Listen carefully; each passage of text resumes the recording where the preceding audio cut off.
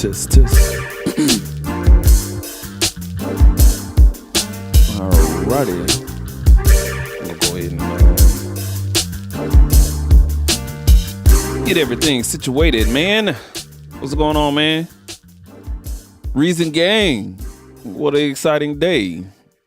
I ain't got nobody on my live stream. It's early for me, man. But we're gonna go ahead and get into it. I'm not gonna even waste any time.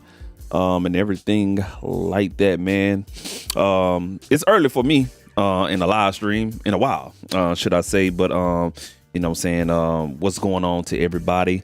As you know, if you're a part of the Reason community and, you know, Reason Gang, you're a diehard Reason fan and stuff like that, you know, the new version came out, 14. It's been teased for about 4 to 5 weeks right now, about 4 to 6 weeks right now.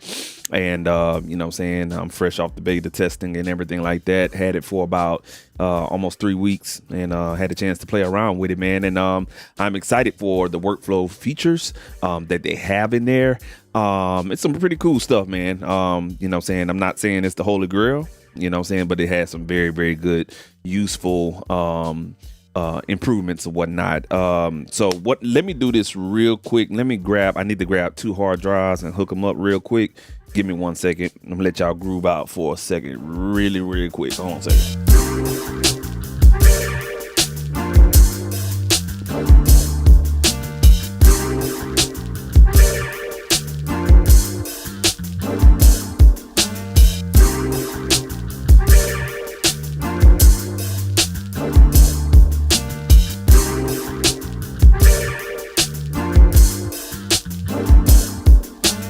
Alrighty, man, we are back.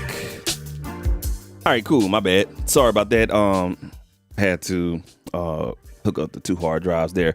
We're gonna get straight into it. I'm not gonna talk too much about it and stuff like that. I'm quite sure content is gonna be out all week on Reason 14 or whatnot. But I'm just gonna go over some notes that I taken while I was beta testing that I thought that should be made aware.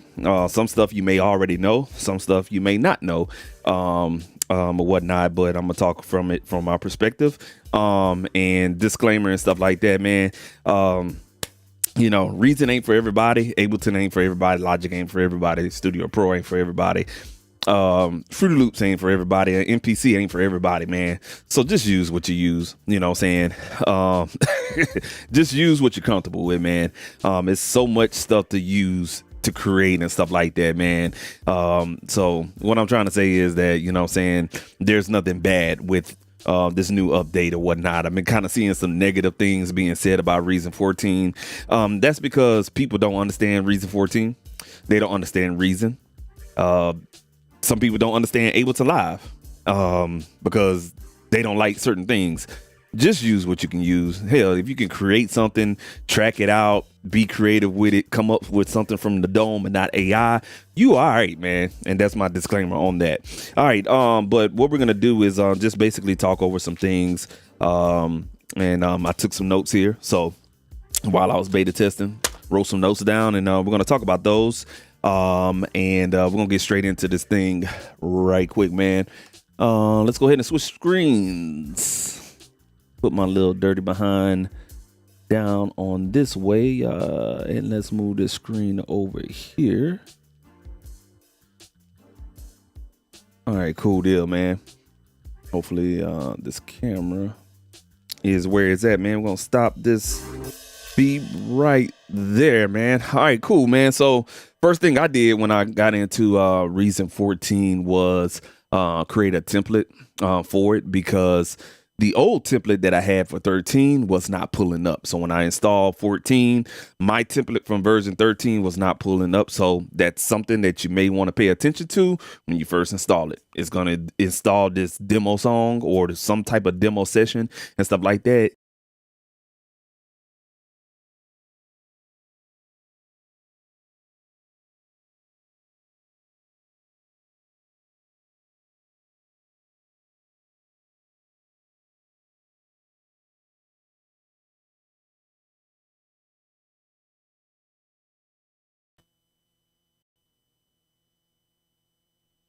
All right, cool. I think I lost connection. Not exactly sure, but hopefully I didn't. Like I said before, man, when you open up Reason 14 for the first time, you may be hit with a new demo session or whatnot, and I have like one track up there. So if you do have a previous saved template, it may not be up there. So you may have to create your own template and everything like that, man. So do be aware of that and everything like that. But overall, though, man, one noticeable feature about Reason is the new dark mode in the mixer window, and it's pretty cool. Everything in here went dark mode. Where it was white or some other type of cream color is now dark or gray, which is really easy on the eyes, to be honest with you, when you're working in long sessions inside of Reason, which is pretty dope, man, or whatnot. And of course, everybody's been talking about the track panel and how cool that is, and we'll get more in depth with that right there. I'm just going to minimize some of this stuff in the mixer window and take it out. So by default, this is the view right here. They focused in on the sequencer, you know what I'm saying, not too much of the rack, because the rack is what the rack is, and not too much of the mixer. Just change the color scheme to it. It's still the same. So the rack and the mixer is kind of still the same. Really no big differences in those, except for the rack. There's a small difference in the rack, and number one, there's a couple of small differences. Number one, it pulls up as a separate window, okay? And the reason why it does that is because there is a setting right here at the top. In options, if you go to rack settings, they have changed it where you can go by default. When you open up Reason 14, it's going to be rack per track. Hold on one second, y'all. Let me see something here. Something just came across my timeline, and let me address this real quick, y'all. Give me 1 second. All right. Yeah. So, when you first open up Reason 14, is gonna be by default in this options rack settings. It's gonna be around rack per track. Okay. And this is really, really weird. And what it does is every time you add a device into Reason 14, it's going to put that particular instrument or effect on its own individual rack. So let's say, for instance, you load up, let's pretend we load up 8 different instruments, you know what I'm saying, going down right here. You're going to have, you know what I'm saying, 8 lanes of racks and stuff like that. You know what I'm saying? Real crazy. 8 lanes of racks. So that's what they mean by rack per track. The old way in Reason 13 and earlier versions is going to be auto group devices. And that's what I have mine set up on. I like the old way of just, saying, if I want to run it down, I can. I can have one rack with, saying, most percussion and drum stuff, another rack for audio tracks, and another rack for all my synths and stuff like that. That's what the options rack settings is going to be. And then you could turn it off with no grouping, so you could do any freestyle stuff on how you organize your rack. So that's the one change in the rack window. And another change is it's going to be how the devices are orientated with device and the mix channel. So they moved the mix channel below the device versus it being above the device. Okay, so that's a small change you're going to see in the rack window. So say, for instance, this cone right here, the mix channel used to be on top of the cone. Now they have moved it down below the cone. Reason being is because it's just really workflow and signal flow. You have a device, and the basically the cable is going to run down to the mix channel where it goes to the mixer. All right, let me get my keyboard oriented. There we go. And you can see here, before, everything, the main out on the cone used to run up. Okay, it used to run up. All right, now it can run down. So it's all about signal workflow. So when people was giving these rumors and these blurps of the workflow and all this other stuff, that's what they was talking about. So that's one of the things right there, the mix channel being under the devices now. Another cool thing is that when, let's say, for instance, well, I don't want to get ahead of myself. But that's the rack window. One thing to note, when you do have it on rack per track, it's going to have the single column option. So you see right now, and I'm gonna put the rack window in a full window view here. You can see now when I went to the rack per track option, you can see each device is on its own rack. So this is the master section and the sends and returns section, right?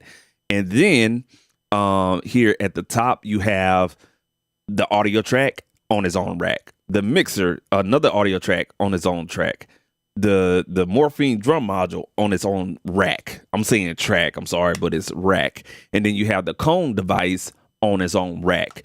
So you can kind of see how this can be a little bit cumbersome. I don't like it. This is the only thing I don't like in this new update is the rack per track. Okay, so if you don't like it, go to options on the Mac. Go to options, rack settings, and change it from rack per track to audio group devices. And it's going to, basically change it back to how it was in version 13 and earlier and stuff like that. Now, when you do change it back, look what happens. It basically, it kind of, goes back to its, it goes back to its regular version, but you have to move everything back to how you had it before. Okay. So that's the only annoying thing with the rack per track and the auto group situation, because once you throw it back in rack per track, you're going to have to move all your stuff back into where it makes sense. So all we're doing now is just putting everything on one rack, and we can continue moving on and stuff like that, man. So that kind of covers, I didn't talk about the single rack situation. Let me do that one. Let me bring it back to the rack per track situation here. All right. So you see how we got this, all our devices on rack per track, meaning mix channel per rack. It's a dumb concept. I don't get it, but you can hit this thing at the top that says, let me see if y'all can see it right here. It says single column.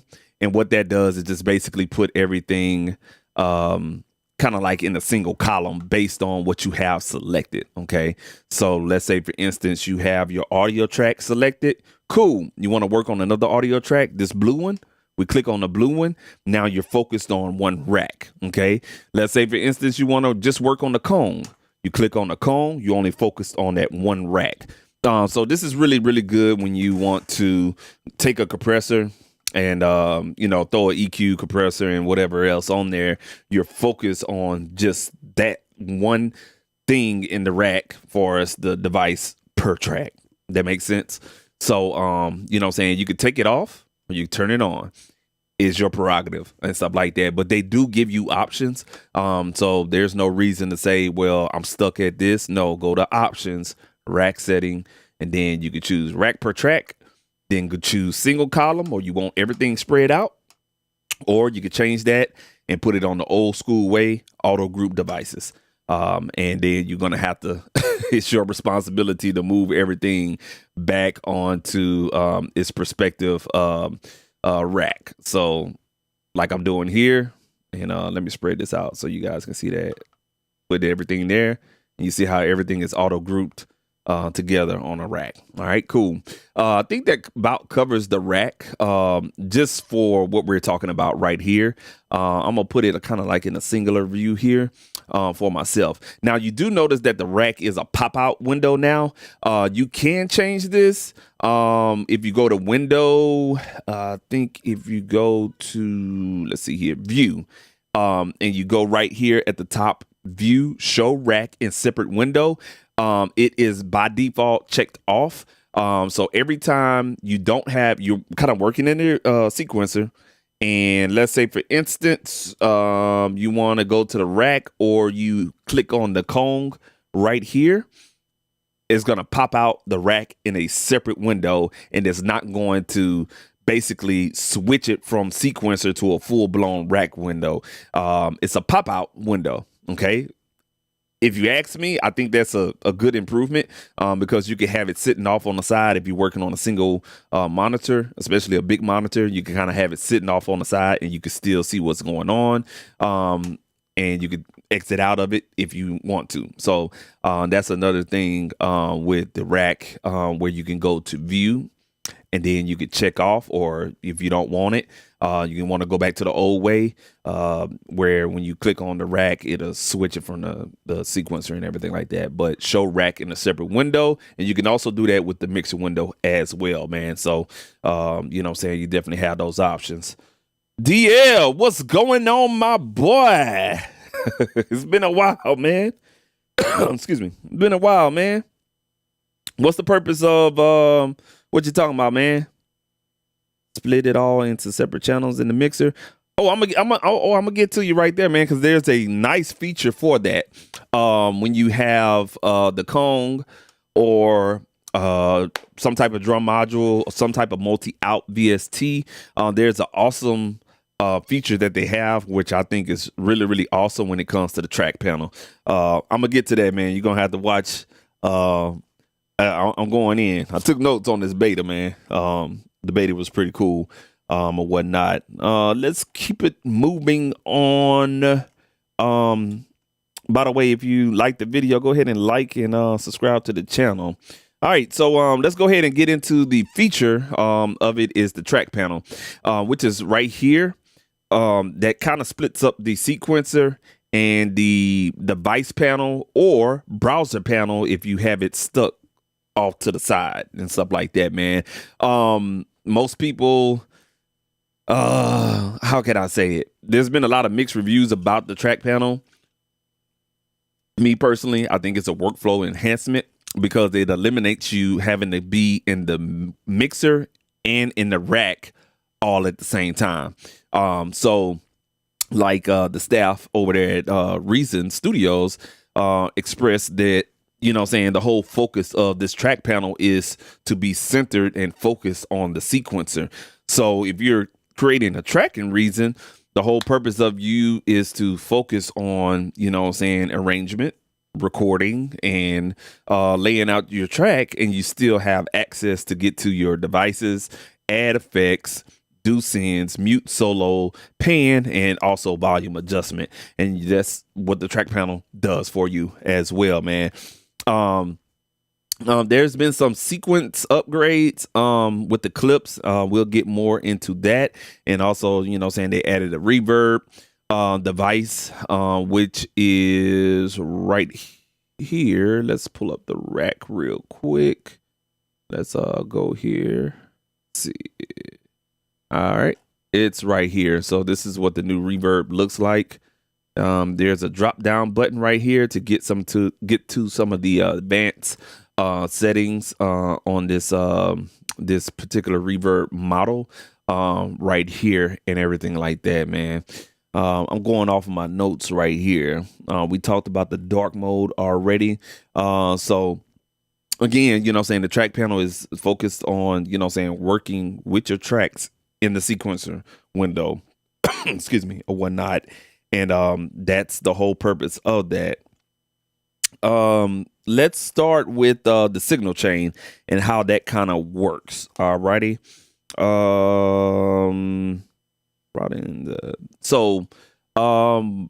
Let's talk about adding devices. All right, let's kind of break this down right here. Let's say, for instance, I wanted to, let's say, add a this little situation right here, and I'm multitasking here because I'm trying to get to something here so I can plate something. Let me get my keyboard situated. But you could basically drag and drop from the devices into the sequencer, right? Okay. Enough said. All right. Now, what you can do, you can see this arrow right here. That's basically a pop out, so you can access the device or the instrument in the rack window, regardless if you have it as a pop out or not. You know what I'm saying? It's going to prompt you to open up the rack window. And that's this little arrow. And you will see those little arrows across the whole track panel section or whatnot. Okay. And the folder right here is just basically to access the browser. So you could choose your patches and everything like that. Now, the cool thing about the this section right here is that if you wanted to say, let's say you wanted to put I don't know, like a reverb in line with the device, you could just drag and drop it, not as an insert, drag and drop it underneath the device, just like that. So you notice that the reverb is not an insert effect, it's in line. So just imagine that you had whatever this wave is. I think it's like a FM synthesizer or whatnot. You run the outputs of that synthesizer into a reverb unit, and then you hit the mixer. That's what this is doing. How that looks in the rack, basically like this. You got your device, okay? You have the reverb, hit tab, audio out of the device into the reverb, and then you're hitting the mixer. Okay, so that may be confusing to a lot of people. If you don't want the reverb or any other effects to, I guess, you know what I'm saying, if you want your effects to be as an insert, then what you need to do is just go on ahead and delete that device and add your device in the insert effect, so it could be right here inside of the insert effects section of the mix channel. Now you see that the synthesizer goes into the mix channel, and then the insert effects, you know what I'm saying, go into the mix channel, and then you can start stacking your effects like that. It is a difference. Does it make a difference? No, it just depends on how you are designing. All right, I just want to make that clear. It just depends on how you design it.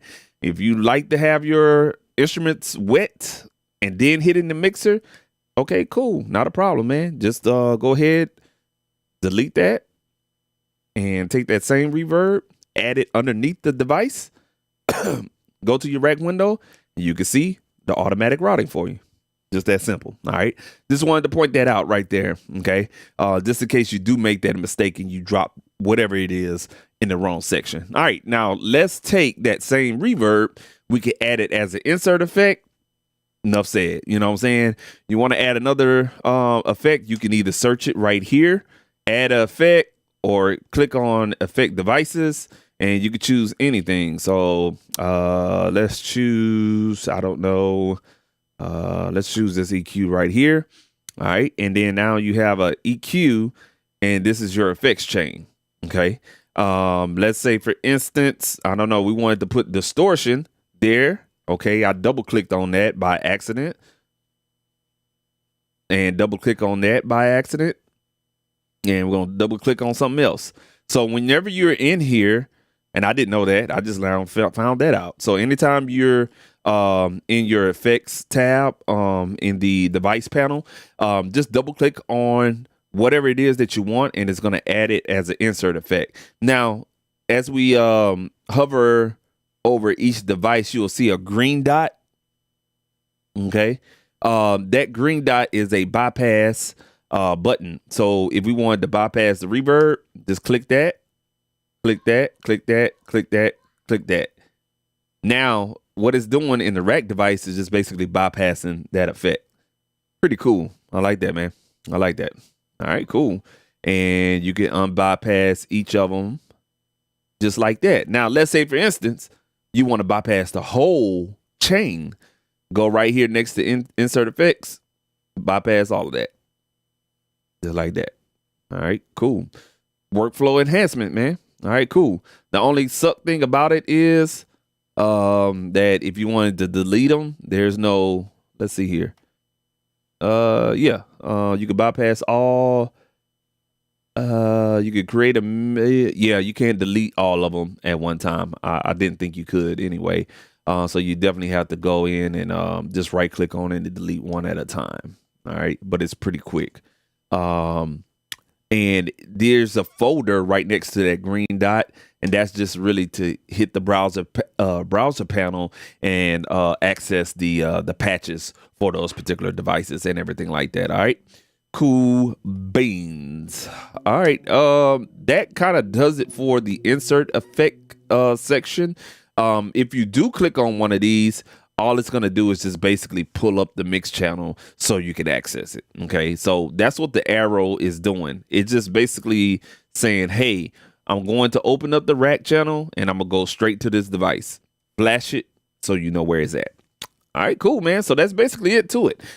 Anything else that you can do? You know what I'm saying? You can view it in the rack, browse patches, you know what I'm saying? Lock it on whatever MIDI device that you have, and bypass all effects. So very versatile, insert effects, section, which I think is really, really dope. While you're creating and, you know what I'm saying, creating your 8-bar loops and stuff like that, man. DL, what you got? What you got? Man, I'm doing all right, man. I'm straight, man. You know what I'm saying? Been busy. My daughter had a surgery, ACL surgery. You know what I'm saying? Got injured in March, early March. So that's why I've been kind of absent away from YouTube. Had to, you know what I'm saying, take care of the kiddos, man, or whatnot. And I feel excuse me, a little bit ill right after that, maybe about a couple of weeks ago. Caught something that's been floating around here in Houston.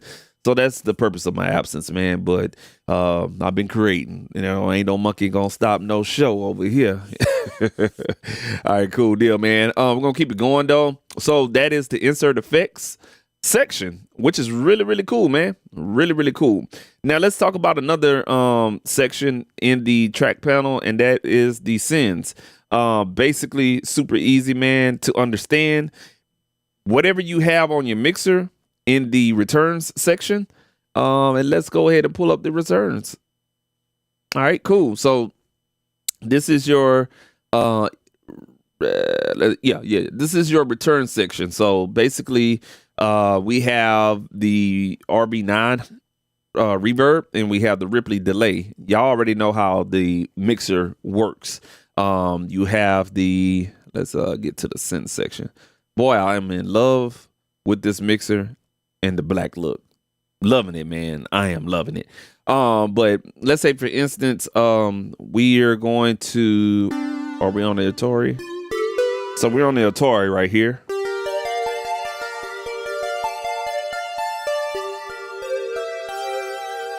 All right, cool deal. We want to add reverb to that, just like we always do. Click on that one. We got reverb on the one, on the first slot of the return section. We're going to send some level to it.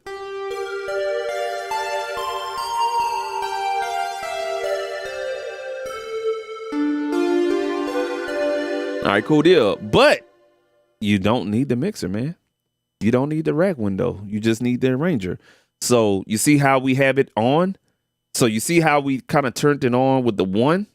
Well, if it wasn't in the mixer window, you just hit this little button right here, green dot to be on, and you can adjust the send level right here with your arrow, with your mouse.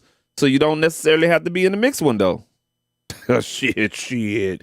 Man, that's awesome. So just really, if you really think about the track panel, it's in essence the mixer strip. Okay.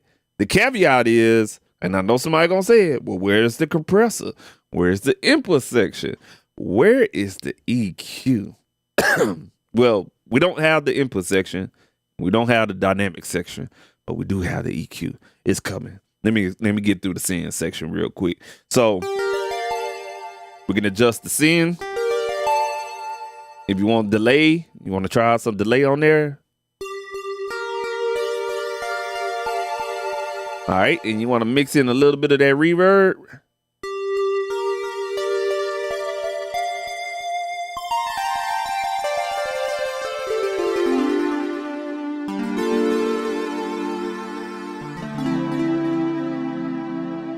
Get real dreamy with that, you feel me?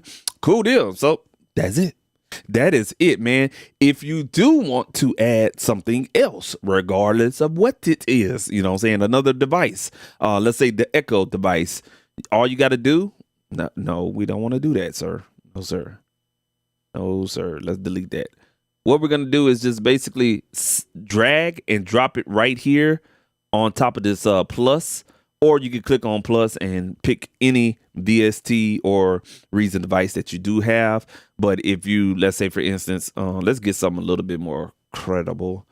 I ain't going to do no Bahala. Okay, yeah, let's get this. If you want to add Sound City Studios from UAD, just drag that right there. Bam, there it is. So now we can take the RB9 off and the delay off, and we can adjust that here. And if we need to look at the plugin, just hit the arrow right there and just pop that bad boy open. It's over here on my other window.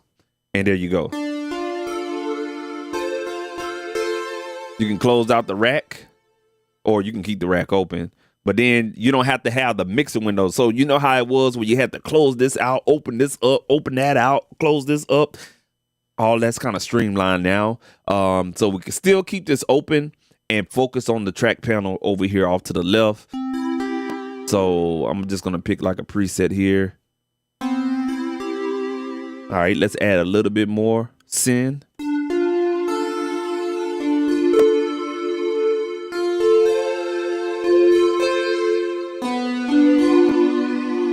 And we'll turn it off. Pretty cool, man. If you don't like it, all you have to do is just X out of that. Come here. And you can see where it kind of adds it up here.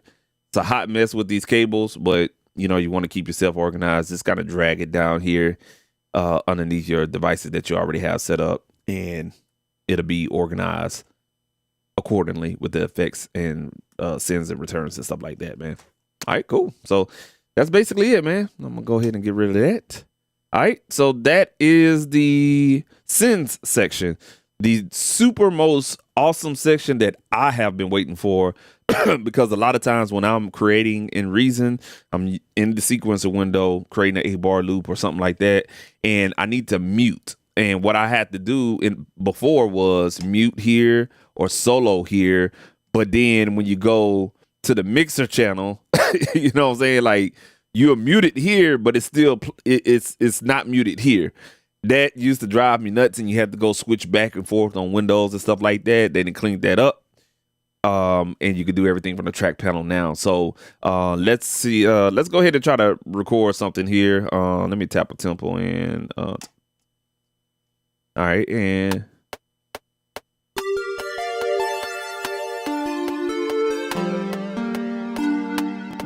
let's do that one more time. I don't like that. I don't like that.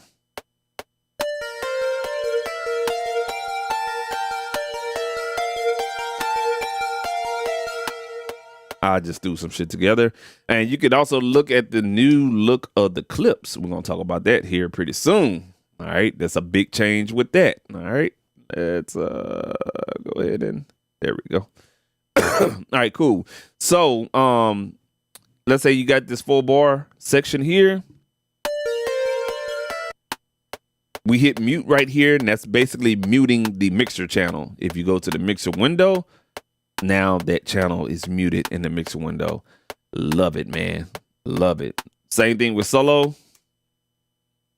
Bring that back. And look at it in the mixer window. All right, and you can also pan, adjust the width and the volume. So if you was drawing in automation, it's right here. If you need to turn that down, it's right here as well. And you ain't got to deal with that pesky having the rack open just to, you know what I'm saying, have the sequencer at one at the bottom and the rack at the top, and you having to adjust the damn faders sideways. Oh my goodness, it's still there. It's still there. I guess for convenience, but they need to change that right there. They could have just put a little small fader on that bad boy and not the sideways, but you don't have to do that no more because everything is accessible straight down the line and stuff like that. And you can adjust your fader here. Let's say we're going to pan it to the left a little bit. I'm going to bring in the width.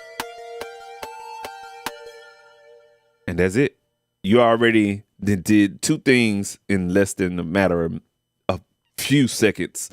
Recorded a part, you soloed, muted, or panned, or adjust the volume, or adjust the stereo width of that particular track in a matter of seconds, if not maybe a minute or two, or whatnot. And that's pretty awesome. The only thing they don't have in this track panel is the dynamic section, the input section of the mixer window. Okay. Not exactly sure why they didn't do that, but you can access the EQ section. Okay. And that's going to be right here, the Spectrum EQ window. And that's basically this analyzer. Now, I'm a big fan of analyzers. I use it, but you have to, it's real, again, you know what I'm saying, back and forth, because you have to open up the mixer window, open it up from there, and stuff like that, or open it up in rack. You know what I'm saying? Again, the old reason was always back and forth with Windows. Everything is right here. You can also adjust the EQ right here as well. So you'll see this button that'll say EQ on. Just go ahead and check that off. And if you just need to make a basic cut or basic boost,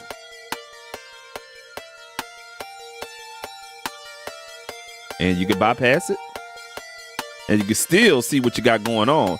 Oh, but let's say you want to go to the cone. Cool, not a problem. And then you can kind of flip back to that. Streamline, man. That's the workflow, man. That's that workflow. Or you can check it off and follow the section. So let's say, for instance, you're still on the Atari Dreams. You go to the cone. You can keep this open. You know what I'm saying? Do whatever you're doing here. And you notice that the Spectrum EQ window is changing as you select your tracks. Pretty freaking awesome. All right, cool. I like that, man. I like that a lot. Last section in the track panel is the output section, for as like how the signal is going to be routed. And it's no different than what the mixer is doing right here. Choosing a new output bus, or you can keep it on the master section, or you can route that to, excuse me, an individual track. If whatever your needs are. The same thing looks the same on the track panel here at the bottom. New output, master section, routed to whatever individual track that you want to do, whatever kind of design that you're doing. And you can also view that in the rack right here, the master section. So, you can, want to tweak a clipper or a mastering suite plugin that you have on the master section. You can access that right here with this arrow at the bottom. So let me go back to it again. It's right here, this arrow. Bam, there you go right there. And then you could tweak like a limiter or something like that, or a clipper. You can go ahead and tweak it X out of there, do something, or let me go tweak the clipper, hit that again, you're right there. Pretty handy, man. I ain't gonna even lie to you. Those are workflow tips, like for real. Like it's streamlining the workflow, and it. Look what you had to do. If you wanted to go to that clipper, you got to go click on the rack, then scroll over here at the top. You see what I'm saying? Or you have to go here to the mixer and then go. Let's say, for instance, right here at the top, master inserts, edit inserts, and you here. No, just one click of a button. You feel what I'm saying? Just go down here, hit the arrow, boom, there you go. And that works on each track that you're on. This is the mixer in track that you see here in blue. That's an audio track that ain't got nothing on. See what I'm saying? If we go here to the orange track, bam, there you go. Just like that. Workflow. I told y'all, man. That's why I kept saying on these last couple of live streams, I was like, I can't wait till Reason 14 come out. All right, cool, man. So that is the track panel right there. Ain't nothing else I can speak on with it. If you get lost, all you got to do is really, excuse me, is to right click on wherever you at, and you will see some things like edit automation, saying add devices, view and rack, browse the patches, saying your normal right click options and features that they give to you. And I didn't mention it, but you can also add your favorite player. Let's say, for instance, you want to add the note tool to that particular deal. Same situation, man. You go here to players. Let's say we got the note tool, and then we want to use scales and chords. Drag that in there. We can open up scales and chords right there on top. Look at it. It's on top. There's no confusion where you have the mix channel, then the player, and then the devices. No, it's on top. Whatever you're going to do with the players, device or instrument device, and then mix channel. They cleaned that up for us. Signal flow. All right.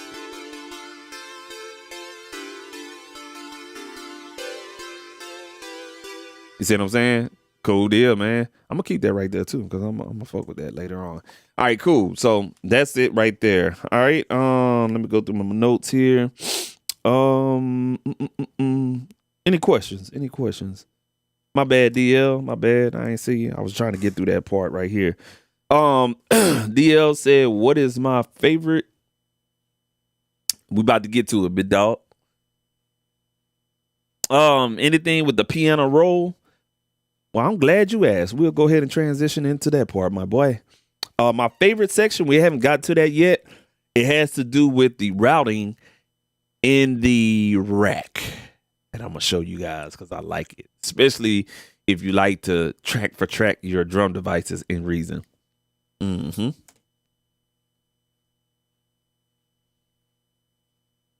But what we're going to do is go into the piano roll. So, let's I'm gonna go ahead and I'm gonna delete that player real quick. Let me actually create a loop, an actual loop that's worth some shit.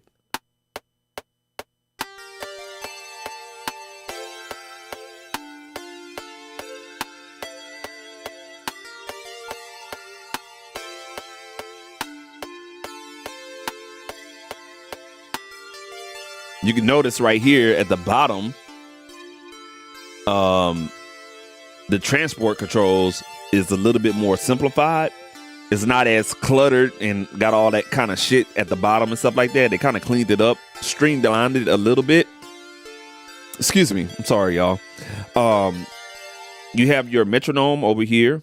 And this is an excerpt because we're going into the piano roll. But you got your volume of your metronome, big metronome turn on and off. They call it click or whatnot. You got a small tap button.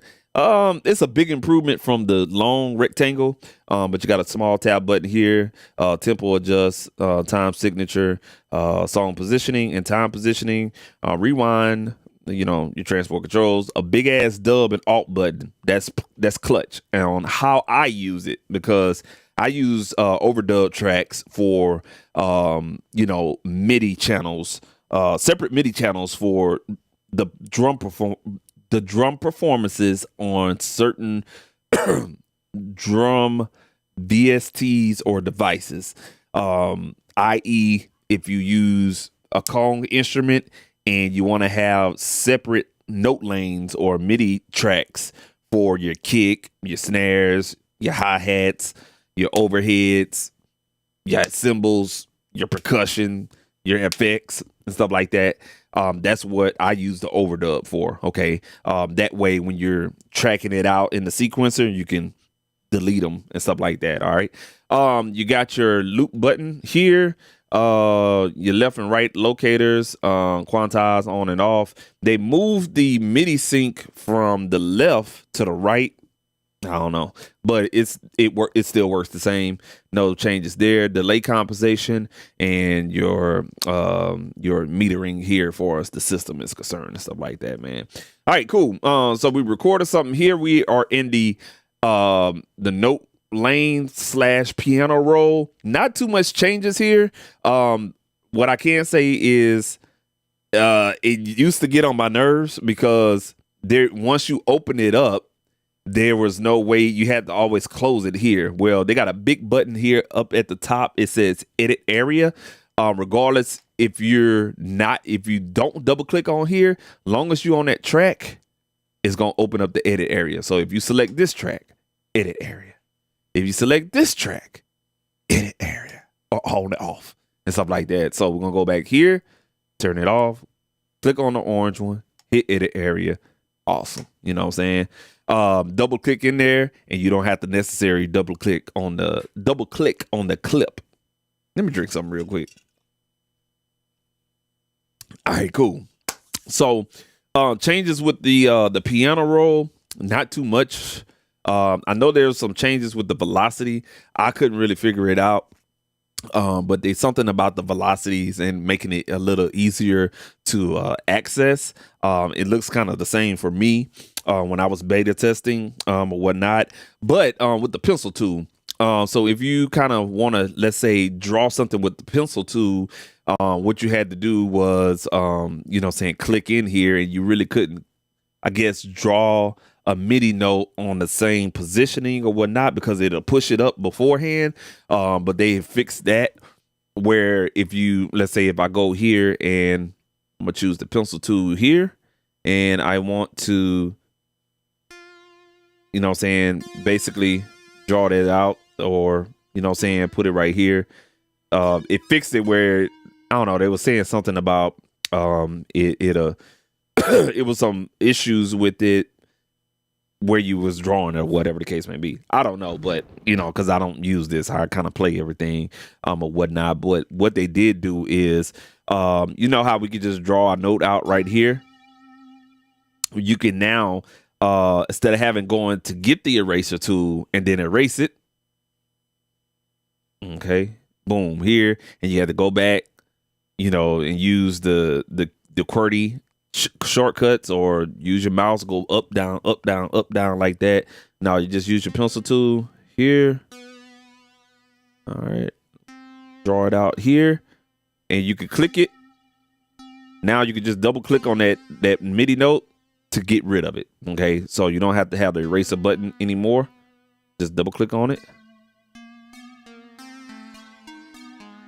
All right, and if we want to get rid of all of that, just double click on those notes and you don't have to have the eraser button. All right. But I'm going to go ahead and just delete all that because I got time for all that. All right, cool. Let me look at my notes again. Oh, yeah. Right here, you can, there's this new feature with the mouse cursor on MIDI notes in here. So you see this note right here. I can't get it any bigger for you guys. There's this little situation here. This little, I guess, this front to back icon that's new in here, where you can kind of see how you can adjust your notes, the length of the notes and stuff like that. That's a new thing. Let's see what else we got in here. Horizontal scrolling. Beforehand, you had to kind of zoom in and out just to make some notes and then come over here and zoom in on this part. Now you can keep a zoom. So if we zoomed in here, now you got horizontal movement on the piano roll, where you can kind of go left and right, and you can stay in your zoom, whether it's zoom in or zoom out. Okay, that was a change that they did right there. Another thing, this is really awesome. They call it MIDI chase. All right. This one is, you have to turn it on, okay, because it's not by default. All right, so let's play what we got right now. I'm gonna stop it right here. I'm gonna move my cursor right here. Now notice where it's at. If you know DAWs and everything like that, the trigger that sound, it has to kind of come at the start of the MIDI note, but we're gonna stop it right here. There's a section in options at the top if you're on a Mac, but go to options and you go to playback and recording, and then you want to enable chase notes during playback. Okay, and what this will allow you to do is start in the middle of a long elongated MIDI note chord progression or pattern, however you're playing it or whatnot. So you got to make sure that chase notes during playback is enabled. Okay, if it's not enabled, it ain't gonna work that way. We're gonna put it right here. This is a good example. Okay, yeah, no, let's go back right here. We're gonna keep it right here. So when I hit play, we should hear this.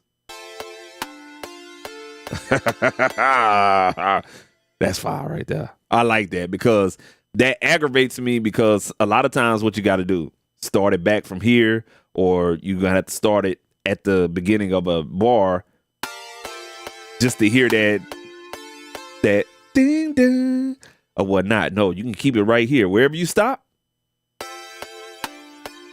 that's pretty dope right there. Okay, so I hope that makes sense, but it's called MIDI chase, or proper terms, you know, saying again, playback and recording, chase notes during playback. So again, if you stop right here in the middle, right at the end of that thing, instead of kind of going to the third bar and then playing it and hearing that chord right there, just go right here. That's dope as hell, bro. I ain't gonna even lie to you.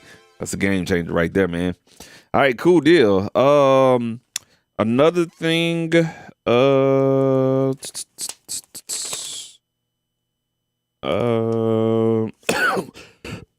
excuse me, I'm sorry about that. I think that's pretty much it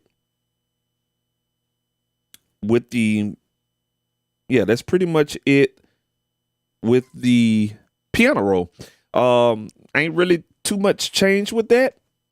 We'll go to the comments, man. What's going on? Excuse me. Sorry, y'all. There was gonna be faders for the velocities of each individual notes. Yeah. That's what they were saying. I'm gonna be honest with you, I couldn't have found it yet, and they really haven't kind of focused in on that. I'm not exactly sure or whatnot. Let's see here. I really didn't focus on that. I'm gonna be honest with you. I know they say that was gonna be on here, but I haven't. You know, you would think it would have been accessible in this section right here, but yeah, it's not in there. And I played with this like for the last 3 weeks, and I read some of the notes that they, you know, gave out in the beta. I really couldn't find it. So, you know what I'm saying, it's kind of like this right here for me. I don't know. But I did kind of look for it. Let's see here. Yeah, you would think there would be a drop down arrow in here. Maybe that's something that they didn't put on this particular version of the 14. Maybe it's coming. Maybe sometimes they'll hurry up and just rush it out of there just to get it out. But I haven't really found it on there. Yeah. Let's see here.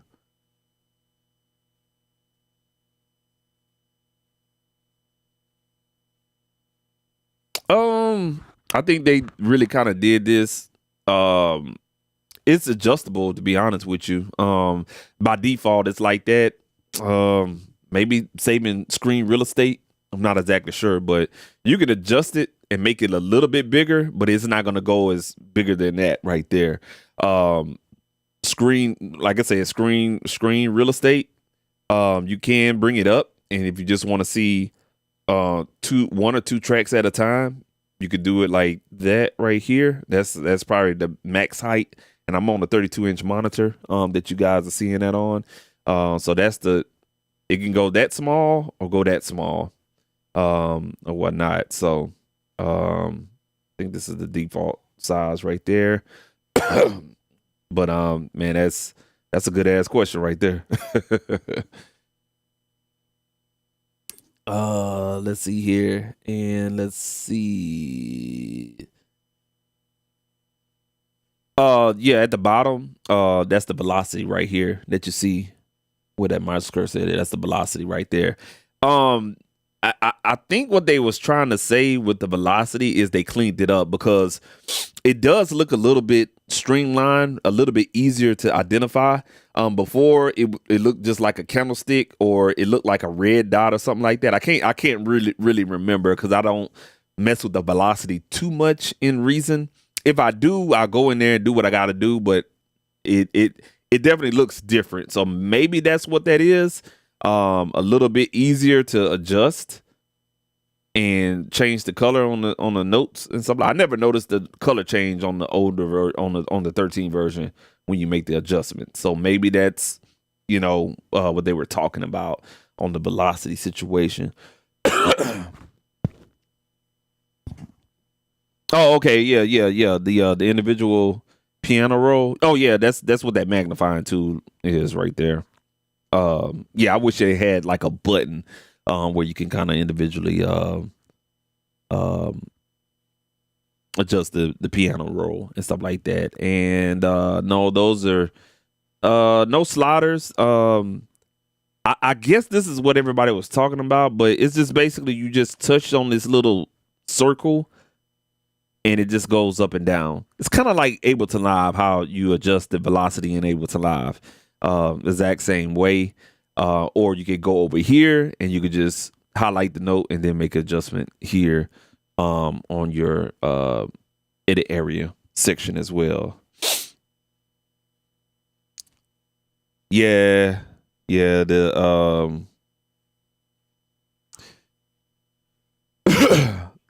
man, I can't even speak on that because I'm not exactly sure how Fruity Loops piano roll is.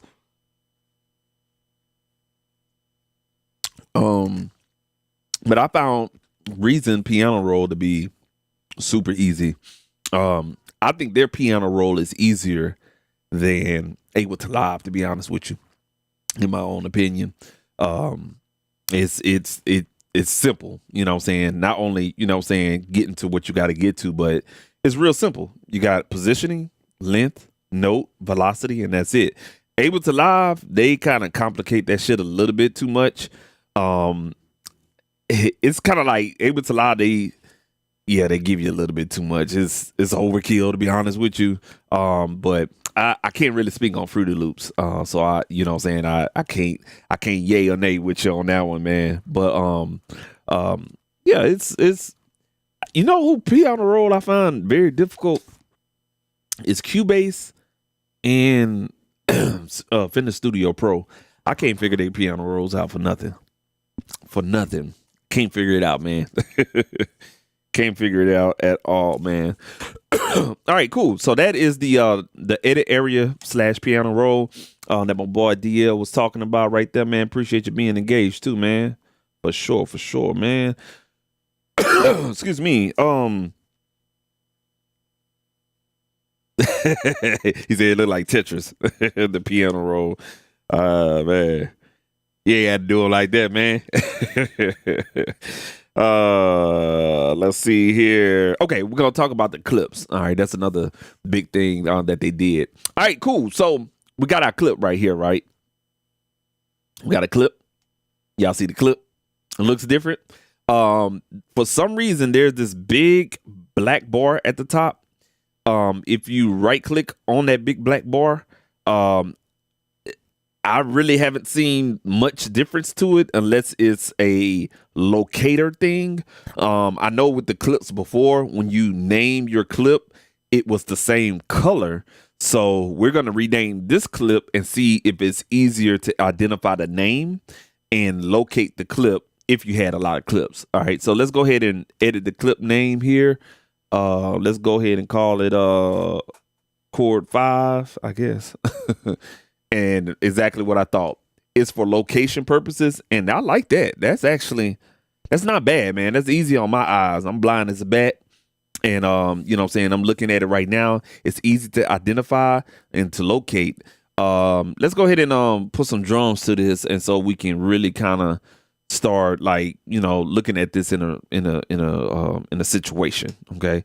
Let's go ahead and just choose a patch here real quick. Now notice I'm in the rack window right here. Pop out, you know what I'm saying? And let me adjust this. I like to see the whole rack. So y'all see these wood dividers on the rack. I just drag that out until I get, you know what I'm saying, one rack view. You feel me?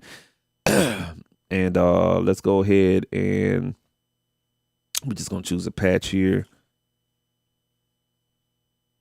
Let's go ahead and we got it muted. Let's take it out of solo here real quick. All right, there we go. Get that out of there. All right, cool. All right, let's just throw something together here real quick. My little boy, he loud.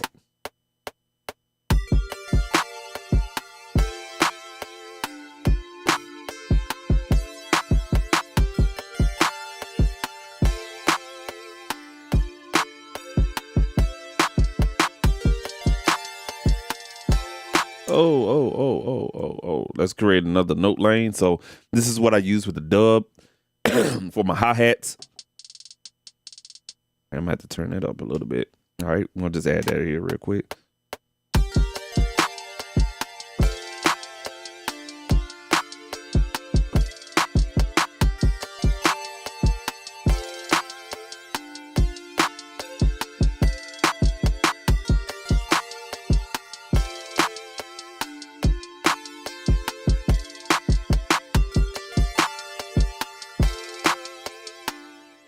Let's delete these right here.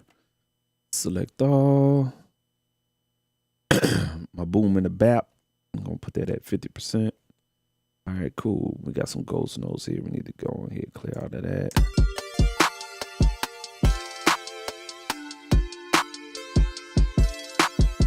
Let's go ahead and turn up those hi-hats.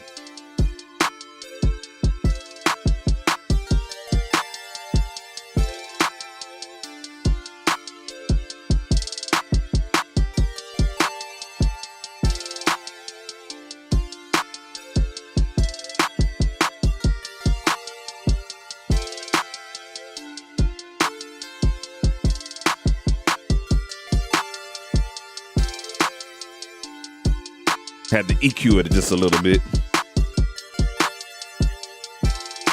All right, cool deal. So you notice, like, when you have the MIDI clip selected, you'll have that black bar again for identification purposes.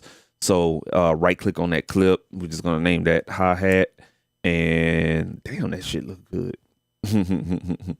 And we're gonna do kick and clap.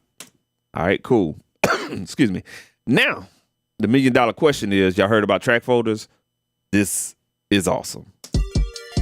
Let's get a little bit more advanced. Let's go ahead and let's pull up a percussion Kong patch here so we can make this track folder situation make it make sense. Okay. Kit.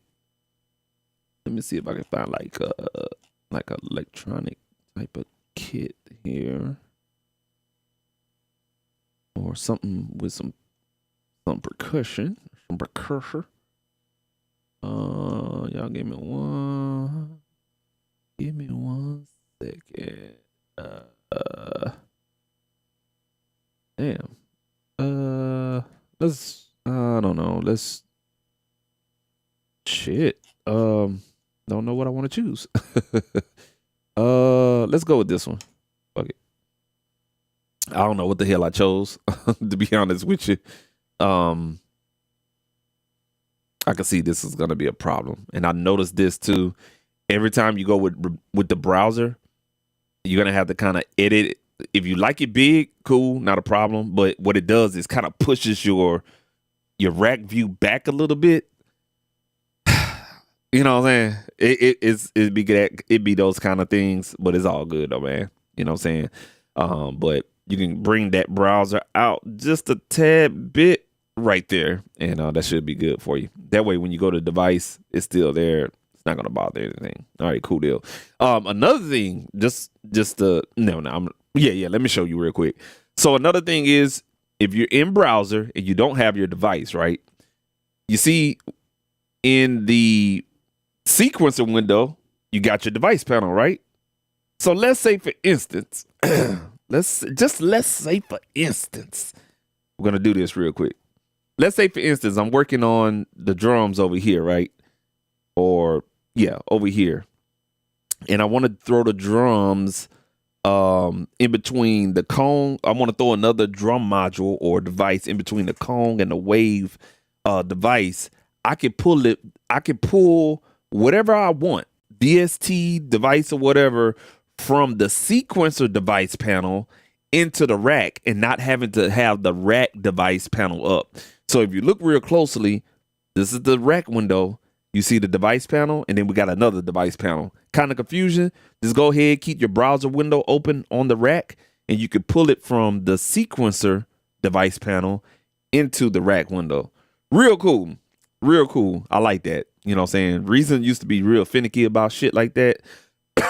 But we drag it over. Now it inserted this rhythmic device in between the cone and the wave. Just kind of wanted to throw that out there.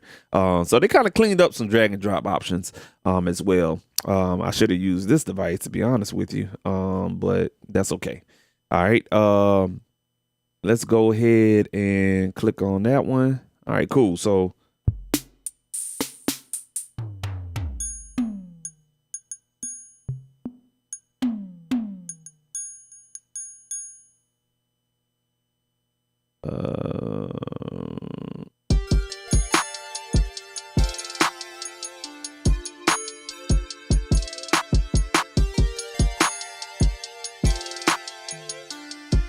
see what I'm saying?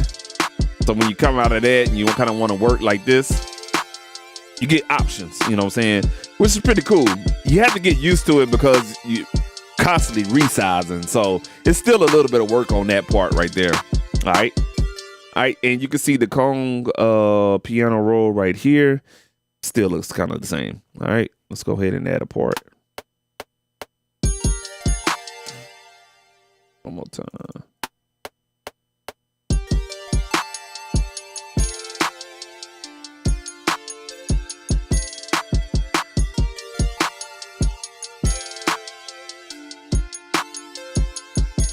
All right, cool. Now, you got your drum part out and you got a chord, right? And you got some more drums here. So let's go ahead and I moved the rhythmic up, and we're going to move the instrument up here. All right, so we got that purple or fuchsia pink cone, and then let's go ahead and try to get the rhythmic onto some shit. Let's choose something here.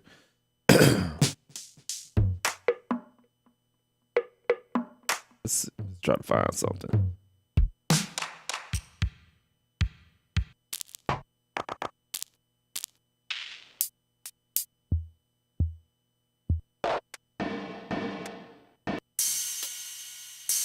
Let's just add like a hi-hat.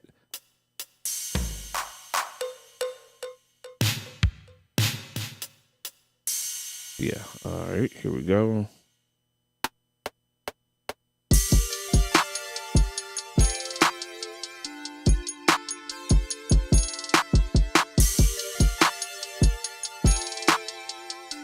let's adjust that symbol. Depending on that. Jeez.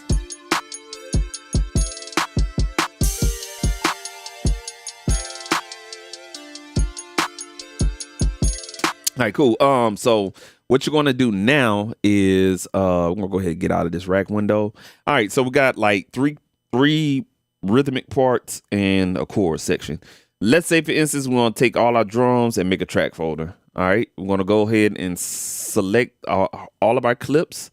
And you can right click and I'm sorry, my bad. Go right here in the empty spot. You can do track folder here, and you can add one. Or what you could do is hold shift. I think it's hold shift or command. Shit. Well, you could just choose one of them, and then you go just choose one of your devices, and you can move that to a track folder that you just randomly created, or you could just add that to a track folder. All right. And well, it's not working for you, boy. Let's delete that again and move selected tracks to new folder. There it is. Okay. All right, cool. So you see how that was right there. Let's do that again. I think I was moving too fast, but we're going to take the pink section, go right click on this little area right here, go here, move selected, and there it is right there. Now you got this track folder. We're going to call that drums. And then what you can do, or let's say on this rhythmic one, you can do it two ways. You could drag and drop it into the track folder, or you can move that selected to a new track folder, and you can have sub track folders in the track folder, or you could just move it to add a track folder. You see what I'm saying? If that makes any sense. You can add a new track folder. You can add a new track folder for that instrument, or you can just drag and drop it in the track folder itself. And pay attention to how your orange divider bars are. So we're just taking this blue one. You can put it underneath or on top, and now it's in the drum folder. So when we collapse that folder, our drum modules are now in this pink one, and we're going to move the Kong up in there. So now everything is in this folder, organizational. You know what I'm saying? Versus having all of this shit and looking and having to scroll up and down and all that other stuff. Organization, drop it just like that. Now, $1 million question is, well, let's say I got this right here and I want to duplicate it. Gotcha on that. Real cool, man. We're going to select that clip right there. You know what I'm saying? There is a cool way you can cut the clip. Okay. All right. So we could cut this clip. You could chop the clip in a cool way. Let's say we want to chop the clip in bars, right? And let's play this back. Now you can solo or mute the clip, the track folder itself. I don't think it's eligible in the mixer window. It's only in the sequencer window, just for arranging purposes and everything like that. But let's say I want to take the first bar where that right there where the symbol hit at. What I can do is choose bar, and what it'll do is we working in full bars. Okay, we're working in full bars. It'll chop it up in full bars, or we can right click on it, go to chop clips to quarter notes. Okay, and now let's say, for instance, and we could do that little stutter. You know how they boo boo boo boo boo boo boo boo. You know what I'm saying? So let's. Shit, y'all give me 1 second. Oh goddamn, y'all hold on 1 second. There we go. There we go. All right. Y'all see how that kind of working now? Uh-huh. All right. And we're just going to duplicate that. You know what I'm saying? Or what you can do is It won't let me do it what I wanted to do, but it's cool though.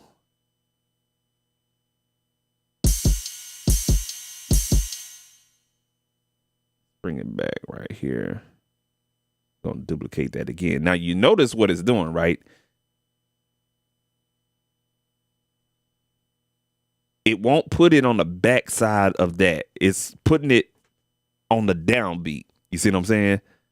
But it's cool though. It's cool, my boy. All right.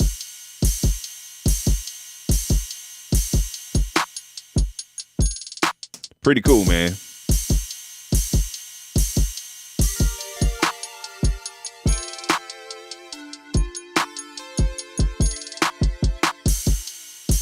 All right, so that was just the first part of it. Let's say, let's get this part right here. And I want to drag it here. And I want to duplicate it here. And it's doing that. Okay, I know what is going. I know what's going on. I'm sorry, y'all. Let me go here. That's what I should have did on this one right here. There we go. Let's put that back on quarter note. There we go. It actually was kind of right, to be honest with you. There we go. So we just take that beginning.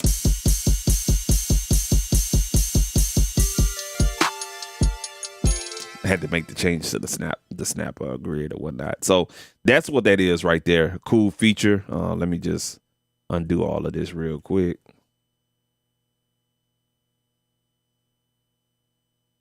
There we go. All right, cool. So again, what I did with that demonstration was right click on the track folder or the individual clip.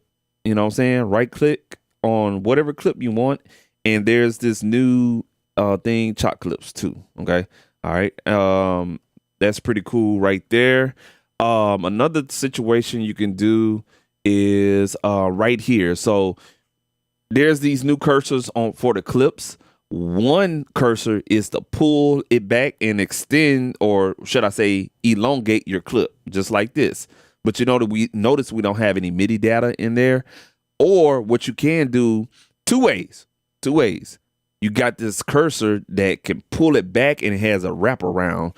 And that's basically to duplicate what you already have.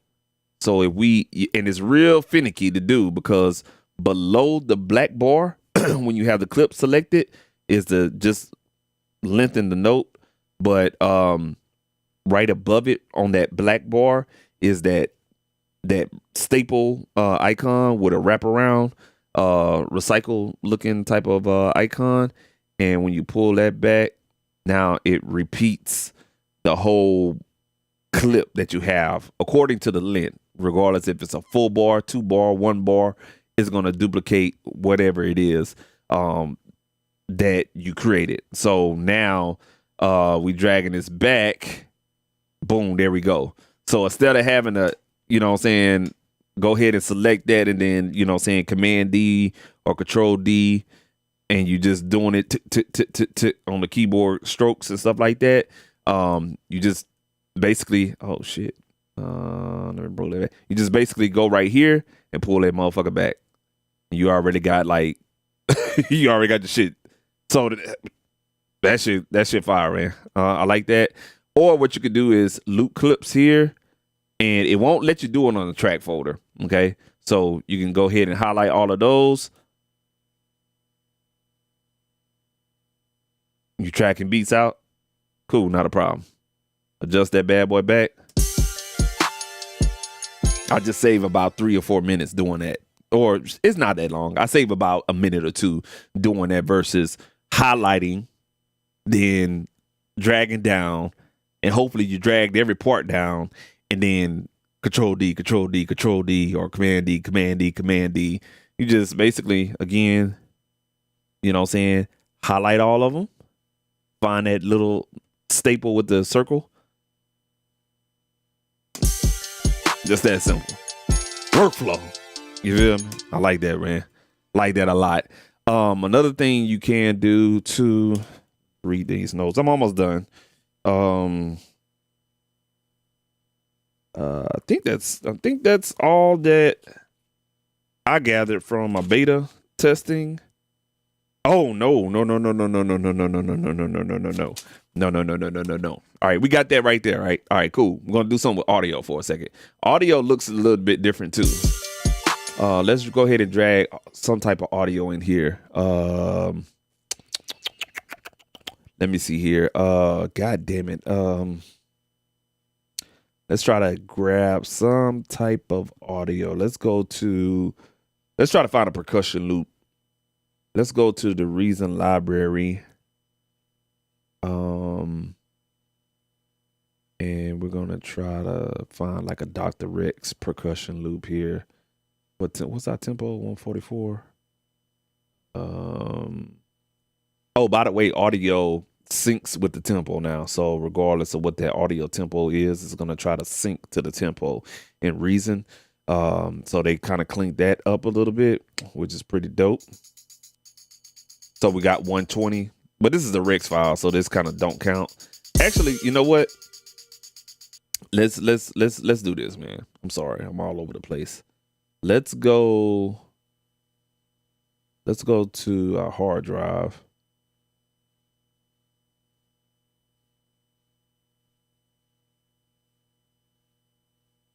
Trying to find a folder where I have some loops or whatever the case may be. I got the wrong folder. Wrong hard drive hooked up. This is my for my VSTs. Let's go to these AI samples here. Damn. Ain't got shit in those either. The fuck? Yeah, I don't have the folders hooked up. Let's go to sound packs. I know they got some stuff in here. All I need is like some hi-hats or something.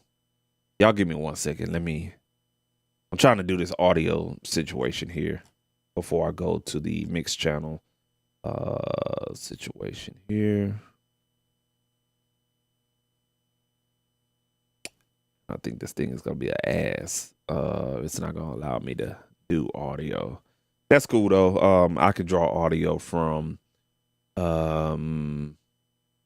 no, I can't.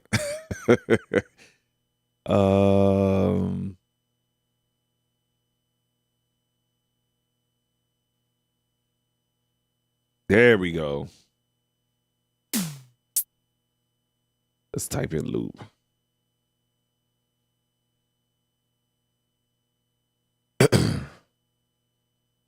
Just let it be, let it be, let it be, let it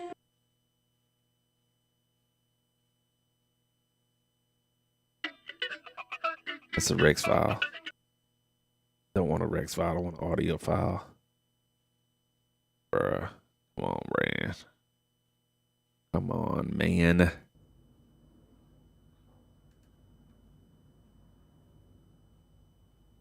Everything is a Rex file when it comes to... All right, what we're going to do, I'm just going to use this as an example. All right. I'm going to go ahead and mute everything in here. So you hear how slow this is? It's about 80 BPM. Our tempo is at 144. Let's drag it in here. And see how it adjusted to a 2-bar loop. Let's play it.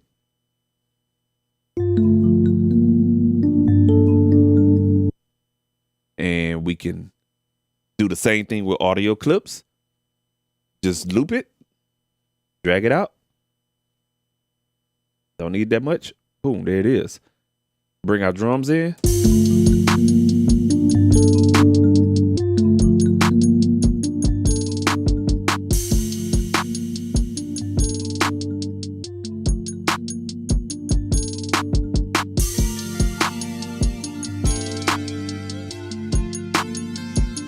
Of course, I need to tune that up a little bit, but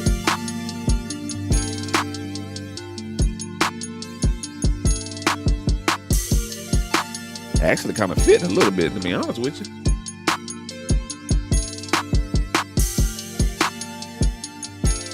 I'm gonna keep that in there. It actually kind of go. All right, cool. So that's what I was talking about. You know what I'm saying? The new time stretching in Reason 5. You know what I'm saying? You can pull audio from your favorite hard drives directly in here. Pretty dope, man. And it'll time stretch perfectly. You just saw the example. And you saw how it kind of, you know, mix and mangle the audio and everything like that. All right, cool deal. Let's get to the fun stuff. Clip gain. I'm sorry. So we got the audio right here. Let's go ahead and get out of the edit area. On the Mac, I'm not exactly sure what it is on Windows. On the Mac, you want to Option M will adjust the size of the track. Okay. I found that out on the beta too. All right. Stuff like that. It may have been on there or whatnot, but I found it out or whatever case may be. But if you want to largen that up right there, we're going to blow that up right here. We're going to click on this audio track here, and now you have clip gain. So if you're recording vocals in here, you do have the option to do clip gaining.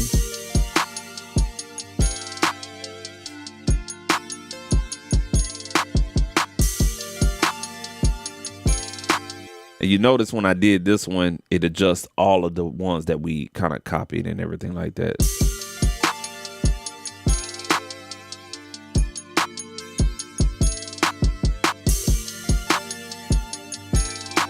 That's pretty dope right there. Alrighty. And last but not least, what I found on appreciate you. Yeah, I haven't really kind of covered the shortcuts, but appreciate you for that.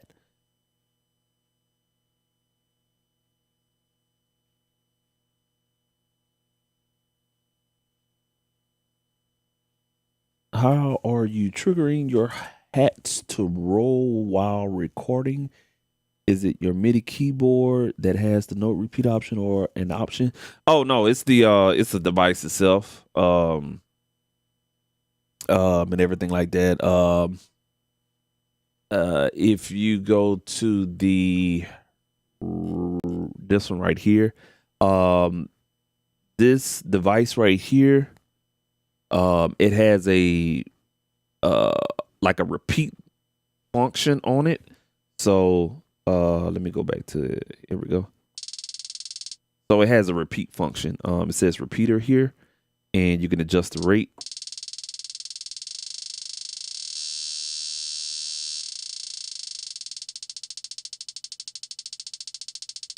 So by default, I think it was on 132nd. I think it was.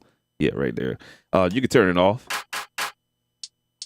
And you can just do that one shot. Or you can turn it on. And you don't have to have it tempo sync. You can turn it off. That's how I was doing it, to be honest with you. If your MIDI keyboard does have note repeat, you can utilize it in that manner.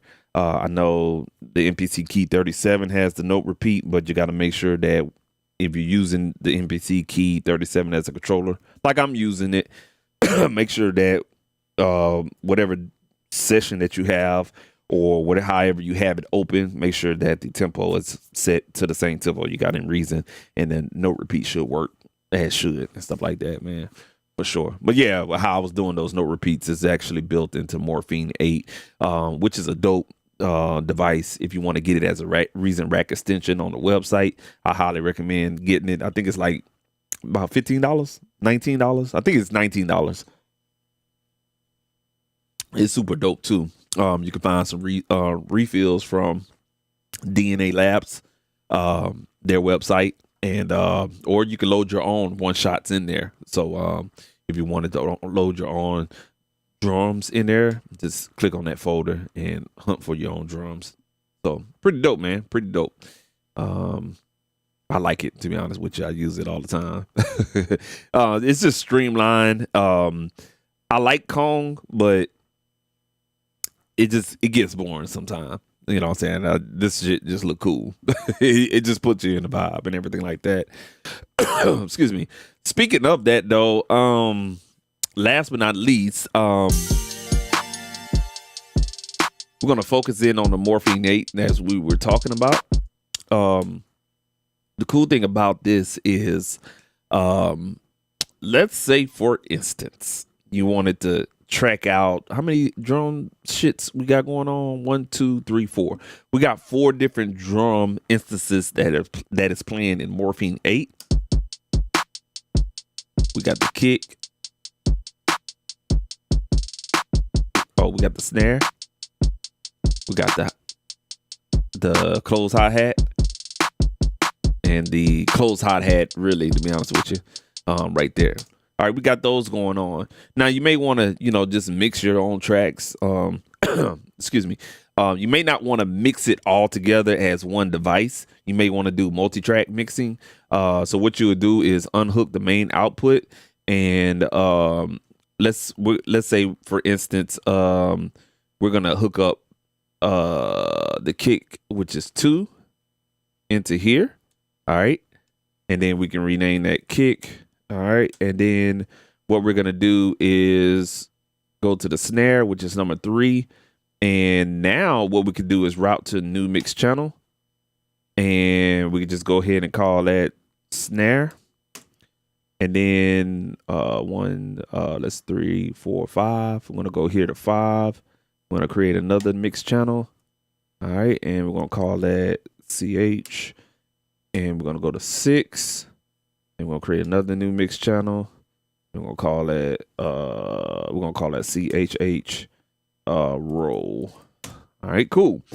And we should be it. That should be it there. All right.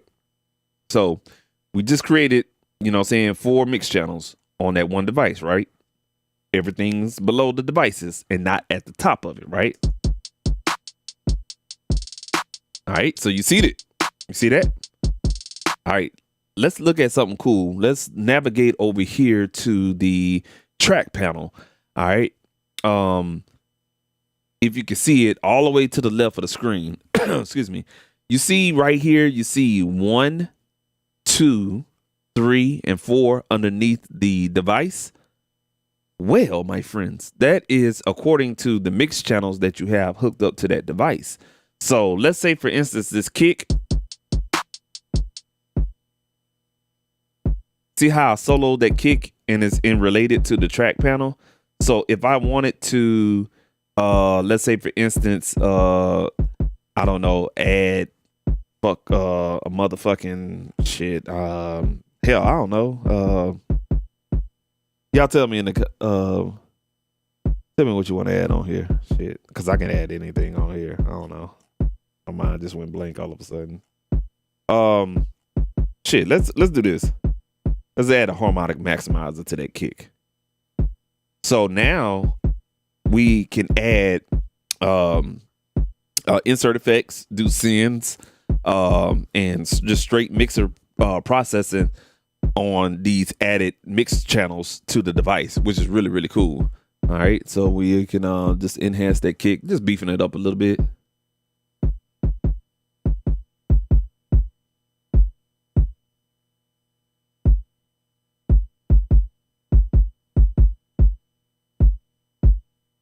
All right.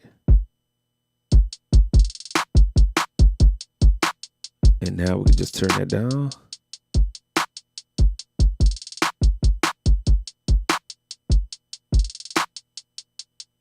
All right, and let's say, for instance, now let's say you want to enhance that snare, just kind of brighten it up a little bit with some EQ.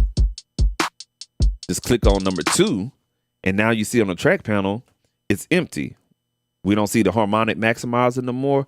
And what we could do now is just add, like, some type of, I don't know, channel strip on there or something like that. All right. And we could do this right here. Pull it up. The plugin came over here on my other native window here. But we have that right there. And now we can just work on that clap or that snare.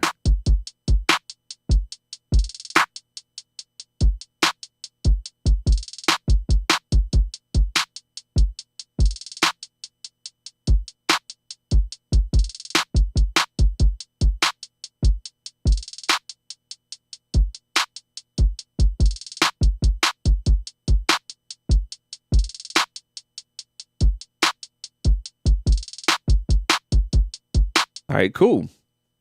And so forth and so on. You know what I'm saying? You can add some on the actual hi-hat or the roll hat and everything like that. All right, and bring that back in. Unsolo that from this section here.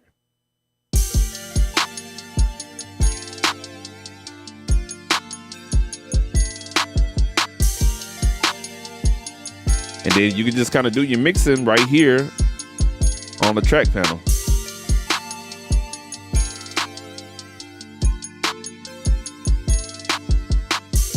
I'm gonna go ahead and open up the spectrum.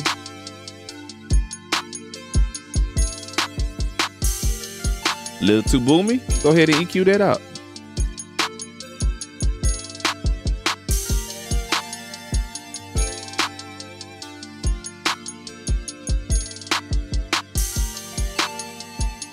If you need precise control, cool. Let's go to the mixer window.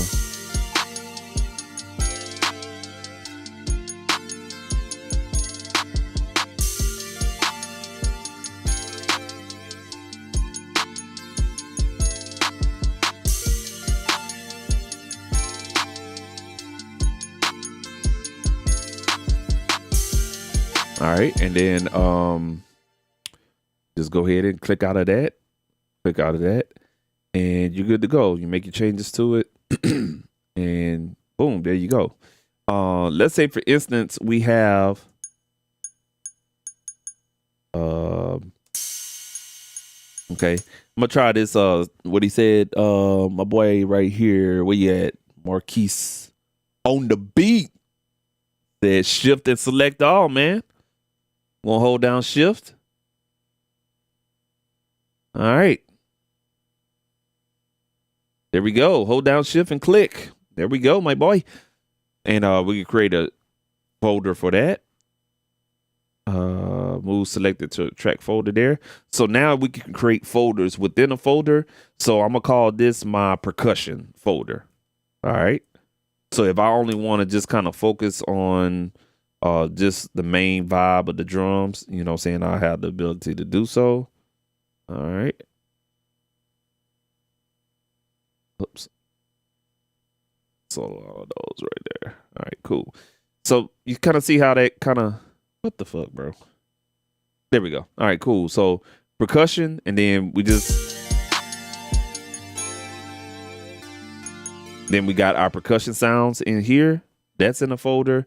And then our regular stuff in the folder.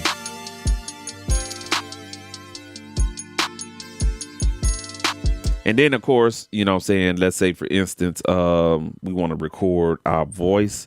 I don't have a microphone plugged up, but let me, shoot. We're going to go ahead and record something from the MPC. Let me pull up a sound from the MP. I plug in here, and we're going to just look at the audio tracks, and we're going to get up out of here, man. While I'm doing this, so far so good, man. I like it. It's a nice upgrade. I ain't gonna lie to you, nice upgrade to the previous versions and stuff like that. Definitely workflow centric, focused on workflow, which is really, really good, because I ain't gonna lie to you, you know, flipping back and forth between the windows, it get a little bit tiresome and cumbersome and stuff like that. So having the ability to, you know, saying refine the workflow is super, super, super appreciative, or whatever the case may be, man. Beggars can't be choosing. Y'all got to understand too. A lot of people don't understand. Reason Studios is made in Sweden, and if you haven't watched the documentary on their YouTube channel and the tour of their facility, it's not a big company. Maybe 30 people, if not less than that, and they doing all of this in a DAW that actually sound engine wise, sound pretty goddamn good for a staff less than 50. You know what I'm saying? I think a staff less than 30, to be honest with you. They do a really, really great job, man. So they don't have big development teams like other companies and other DAWs that are, you know, saying governed by the masses and everything like that. So you kind of got to give them some grace a little bit. And a lot of people that's developing on that team, they're not young folks. They're not in their mid 30s. These are guys that's like over 40, and they're keeping it, you know what I'm saying, kind of hip. And I'm in my 40s, you know what I'm saying? So they got some older guys, some older designers, graphic designers and coders and stuff like that. All them guys are old, you know what I'm saying? So you got to kind of give them grace, man, and be appreciative of what they can bring new and innovative to the program. They're a little bit behind the curve, man, but it's all about attention to detail.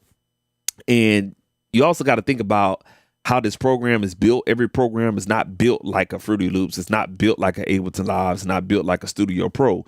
So whatever code that they're writing for this DAW, sometimes it may not work for what Ableton does. Ableton may have a code that specialized in that code. They may have the money, the budget to have coders that can break the code and rebuild the code a certain way. Reason Studios may not. Hence, that's why they got bought out with Lander. They got to get some type of funding. Otherwise, we wouldn't be using Reason today. So, you know what I'm saying? I know a lot of people complain about what Reason don't have and what it does have and what it lacks and what it don't lack. Come on, man. You know what I'm saying? Every DAW is not built the same. I don't like Ableton Live, and far as, you know, it doesn't give us thumbnails in Ableton Live, but you don't see me bitching, moaning, complaining about it. Yeah, you do. I ain't gonna lie to you. But, you know what I'm saying? What I'm trying to say is that Ableton Live got the money. They got budget. You know what I'm saying? Look at their marketing. Their marketing is simple, but yet looks expensive. But you can't tell me that you can't add thumbnails so you can see what the fuck plugins you're looking at. And when you look at the stuff, everything is a fucking text and a block. You know what I'm saying? It's really like looking at goddamn coding for real. But yet and still, Reason gives you, you know, this modular look. It gives you this analog look, and it actually gives you what you're choosing with your VST plugins, which is pretty dope. You know what I'm saying? So you get what you're looking at with their native devices, and then they give you the ability to thumbnail, you know what I'm saying, a VST instrument. All other DAWs, some of them do that, and I think that's dope. Some DAWs, like Ableton, I think Logic does it. It's a couple of more of them that don't do that. And if you got a lot of VSTs, that really kind of gets overwhelming just looking at and trying to remember where's my favorite VST, what I want to choose. I want to work with this particular VSTs, or, ew, I see this, let me grab that. That's how I think. So you got to really think about, you know what I'm saying, who's building this DAWs and their thought process. So basically, when you buy a DAW or you're looking in a DAW, you're looking at that DAW and you're operating and using that DAW based on someone else's thought process. So we all have like minds. Whoever use Reason and use it Die Hard, we're all like-minded folks. You know what I'm saying? We think a certain way. We like looking at graphics. We like looking and working a certain way. We like the sound of what Reason does. That makes any sense? Versus with Fruity Loops, everybody likes the sound of Fruity Loops, so everybody goes over there. Everybody thinks it's easy. You see what I'm saying? So you kind of got to give grace on the due diligence of what a DAW does. There's no perfect DAW, and it doesn't make the producer. You know what I'm saying? You make the music. You feel what I'm saying? If a DAW is kicking your ass, I'm in the military, bro. If it's kicking your ass, you may have to come back and question yourself and ask yourself, you know, what it is that you need to do, or just reach out and get help or something like that. But we can't get caught up in DAW wars and stuff like that, man. It's just really, you know what I'm saying, how the DAWs are coded at the end of the day. And so that's why I said, man, you kind of got to give grace to, you know, Reason for being so far behind, but they have a very specific way of how they code it. If you got to watch the documentary, and don't watch it and just to listen to what they're saying. Look beyond the look beyond the person that's being interviewed, and look at the background. Look at what they're doing on the screen. It shows you how they code it. It's really cool on the concept of how they do it, because Reason looks like nobody else. There's no conventional mixer window and then sequencer. You see what I'm saying? You get the additional rack. that's next level. That's something different. And when you have this additional third, way of working in things and whatnot, it makes it a little bit complex. Take, for instance, Fender Studio Pro.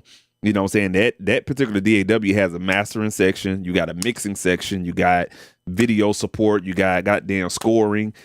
That takes a staff of people. It's bigger. You see what I'm saying? So you got to kind of look at those things, man. I think people, just like Americans, man, we get a little bit of besides ourselves a little bit, man. So, that's just, what I'm saying, just wanted to take a break from of doing this stuff in reason. But let's go back and let's bring up a sound here from the MPC. Okay, what we're gonna do is pull up audio track. We have this particular input. This is coming into my interface. So what I'm doing is running the MPC out. So the signal coming out of the MPC going into my SSL Alpha 8 ADAT. That ADAT is going into my Motu 828, and then we can choose the input here in Reason. And we're hearing the MPC sounds. So I can use the MPC as a a sound module, or I can sample on the MPC and just run it in here. All right, cool. So let's add something on top of that. Actually, let's add an 808. Let me go and choose the sub factory. I'm gonna put a bass on top of this. What we got here.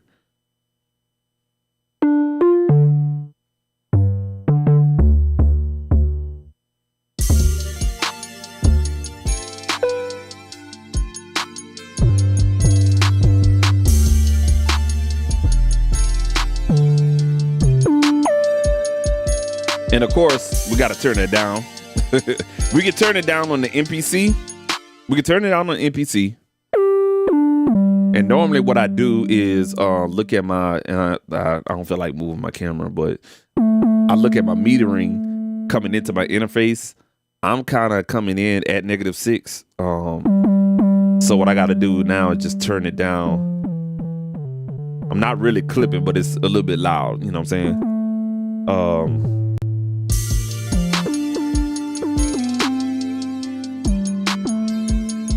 I'm just gonna have to make some adjustments to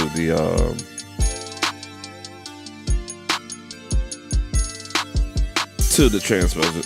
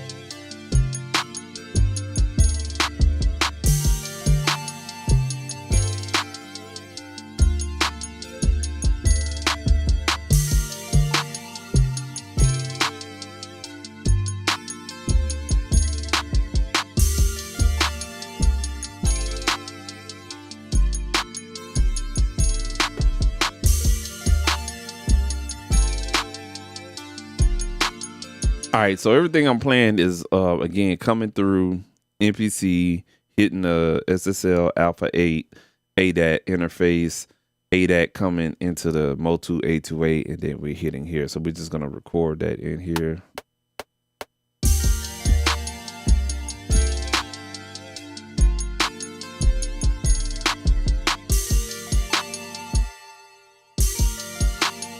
take off monitoring.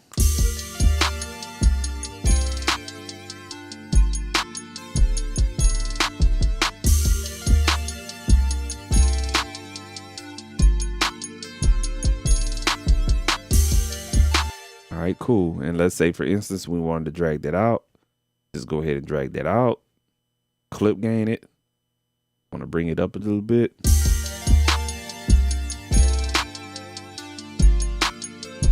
All right, and you can also stretch this. Excuse me, change the stretch and transpose type, and you can also open that in the edit area, and you could do some more stuff for us, like normalizing, transposing it if need be. So if I played the wrong note or played everything in the wrong key, I could transpose all of that and to make the changes to it as well. And of course, last but not least, somebody's probably going to ask about it. If I wanted to speed this up, let's see.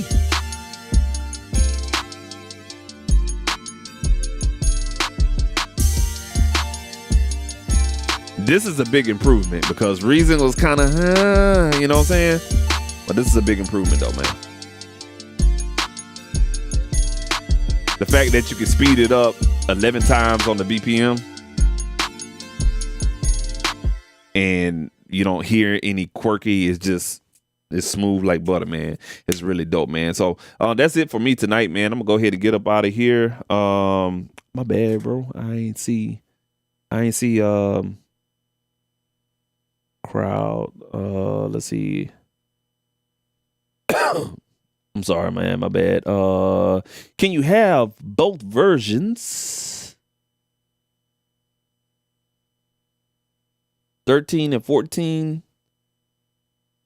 Don't want to just jump on 14 yet. Yeah. So I had version 13 installed on here while I was doing the beta. Then I erased the beta, put 14 on here. 13 was still up, and I can still open it. The reason being, I think it's like on the Mac, you still have like the 13 factory sound refill and everything like that. But yeah, you can have both versions on your system. Confirming on Mac, not PC and everything like that. Yeah, man. Definitely. Yeah, man, feel free to hit me up. That's anybody that's watching the stream on the playback, man. I'm not a know-it-all, but I have been using Reason since 2.5. I took a brief intermission back in 2011, navigated over to Ableton Live because at that time with Reason, they didn't have VST support yet. They just had, I left around Reason 9, if I'm not mistaken.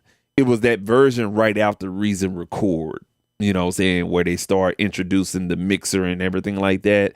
I remember going to Guitar Center and going to get Reason Record on that little weird red USB key that they used to have. I didn't really like it. Reason was just going through something at that particular time. And I went on ahead and, went to Ableton Live and, you know what I'm saying? I stayed there for a while. Ableton Live, one thing it taught me was how to be creative in a different manner, in a different DAW. Meaning that, utilizing devices like Push, it made me understand that I don't have to work linear. I can work vertically or work in the working like a rack view, if that makes any sense, or in clip view, or whatnot. Working clips, come up with these little clips, and then, you can, trigger them in different manners and stuff like that, instead of working in linear. You know what I'm saying? We all know linear, you know what I'm saying? But when you start working in clips, Ableton Live is unique in that field. So, Reason is unique with the rack view and what the rack does. Ableton is unique with the clip and the warping. And that's when I, learned something different creatively when it came to music production, specifically, making beats and stuff like that. So stayed with Ableton for a while, and just been noticing that Ableton is not changing much.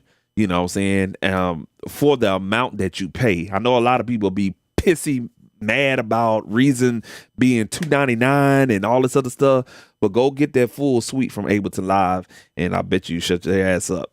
I bet you shut your ass up, because that motherfucker is like $600-700, bro. You know what I'm saying? Just to get the full embrace of Ableton Live. $600, and all you get the same look. You get watered down upgrades. There really hasn't been a significant upgrade since like version 10, to be honest with you, and that was over like damn near 10 years ago. All the upgrades really been kind of mediocre. We adding a little bit of things here and a little bit of devices there and stuff like that. Just like this last upgrade really didn't serve nothing. It didn't do anything. You added one device, you added a couple of new added features in there, but there's no overhaul. You know, the mixer view on there is like a triangle. It's not, you know what I'm saying? It don't give you a vibe of like you're working in a studio in a virtual world. That makes any sense. And I've grown out of love with it. That makes any sense. It's almost like, you know, you meet this fine chick, but later on, you know what I'm saying, she start yapping at the mouth. Yeah.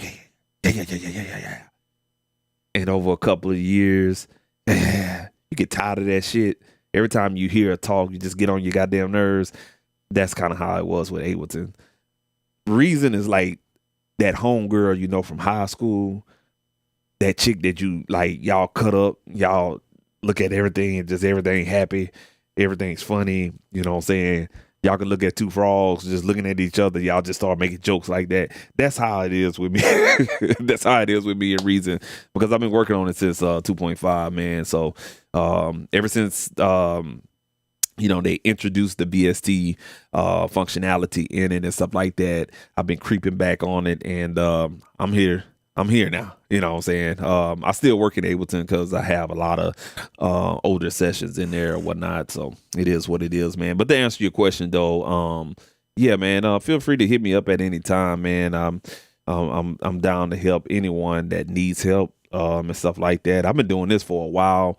You know, you can scan the QR code. Let me get that for you guys if you want to know a little bit more about me and stuff like that, man. Definitely scan that QR code at the top left corner. Get to know a little bit about me, man. Yeah, I got a resume, man. I may not be all out in front and stuff like that, man. I just can't do it anymore. I got a family. I got kids that needs me and stuff like that, man. So they come first as a priority. Everything that I do on my YouTube channel, you know what I'm saying, it's not a priority right now, but I still do it, and I do it well and stuff like that. So the time I had, you know, doing what I was doing, I made the best of it, and you know what I'm saying, got a little bit of resume behind it. It doesn't mean anything, but definitely time and technology is moving and stuff like that, man. So I try to stay hip to what it is and everything like that, man. But you know what I'm saying, I still stay in the current to help anyone out, man. So feel free to email me. I do respond. You can ask DL, man, my partner DL, man. We actually got on the phone call together, man. And you know what I'm saying, I'm that type of guy, man. I'm not snobbish or anything like that. That's not me, man. You can call me, we can text each other and stuff like that, man. Hey, bro, I got you, bro. I like talking about music. And that's what that is, man. So feel free to hit me up. And I appreciate you tuning in too, bro. I'm gonna go ahead and get up out of here though, man. Yeah. And if there's anything that I can do to help anyone out, man, feel free to, you know what I'm saying, contact me. And yeah, man, I'm gonna go ahead and try to catch the last little bit of this Cleveland game if it's still on. If not, gonna go ahead and see the Lakers get swept in this motherfucker. You know what I'm saying? I like the Lakers, but man, it ain't it this year, man, for sure, man. But y'all be cool, man. Y'all enjoy Reason 14. If you don't have it, definitely get the demo for it. You can also get the Reason rack for it.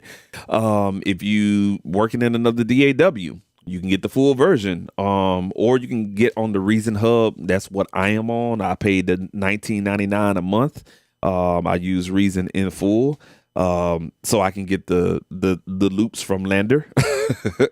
But I've been I'm on everything. So I've been using it, and I look at it as helping those guys out come up with, the unique features in the DAW. You know what I'm saying? I think that's what the subscription model is all about. It's a way to, bring money into the company, and keep those developments going. Subscription is not about taking people money. It's about, you got to find a way to funnel or get money in order to invest into the coding, the Mac computers and the hard drives it takes to code and build software and stuff like that. So I'm a big advocate of subscriptions. If it makes sense, with reason it does, because it helps with the updates and stuff like that. But you could definitely buy the perpetual license for it. The upgrade, I really don't know nothing too much about the upgrade.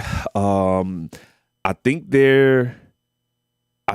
there's a free upgrade option for 13, but don't quote me on that. I think there is.